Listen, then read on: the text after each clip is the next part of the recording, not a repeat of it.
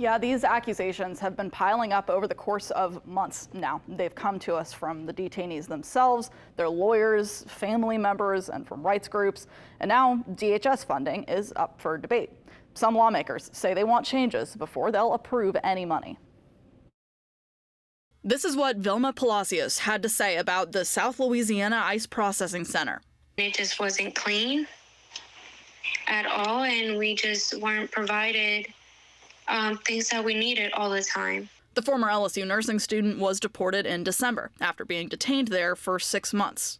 When we spoke to her over the phone from Honduras, she claimed she and others held there didn't have consistent access to things like shampoo and toilet paper. There was even a point where there was rats and mouses in the dorms that even the officers didn't want to go in there whenever we told them. Her claims are part of a pattern. Late last year, a local lawyer said his client was mistreated by the Pine Prairie ICE Processing Center before being deported. He was not given a change of clothes or clean drinking water. During a visit to the South and Central ICE Processing Centers last year, Congressman Troy Carter tells us he saw concerning things too. We were even told that there were no women being kept there that were pregnant, although during our visit we saw 2. Those claims and many more are echoed in this report. The American Civil Liberties Union published it in January.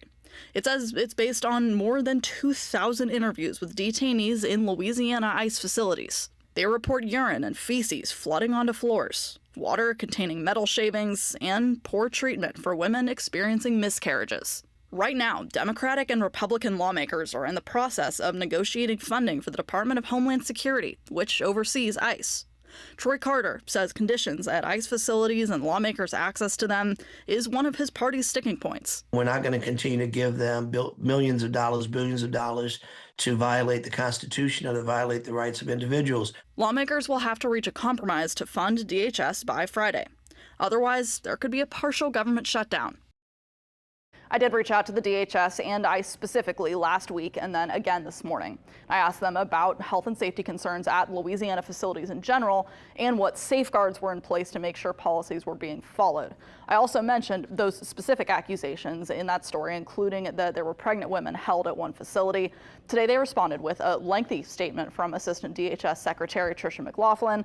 It says, in part, these claims that there are subprime conditions at the South Louisiana ICE Processing Center are false. In fact, ICE has higher detention standards than most U.S. prisons that hold actual U.S. citizens. It goes on to describe medical, dental, and mental health intake screening for new detainees and access to medical appointments and 24-hour emergency care. Now, we'll include this whole statement on this story on our website. I did write back saying, again, that I was asking about multiple facilities in Louisiana, not just South Louisiana ICE Processing Center. I also asked again about safeguards to make sure that health and safety policies are being followed. So far, I haven't heard back.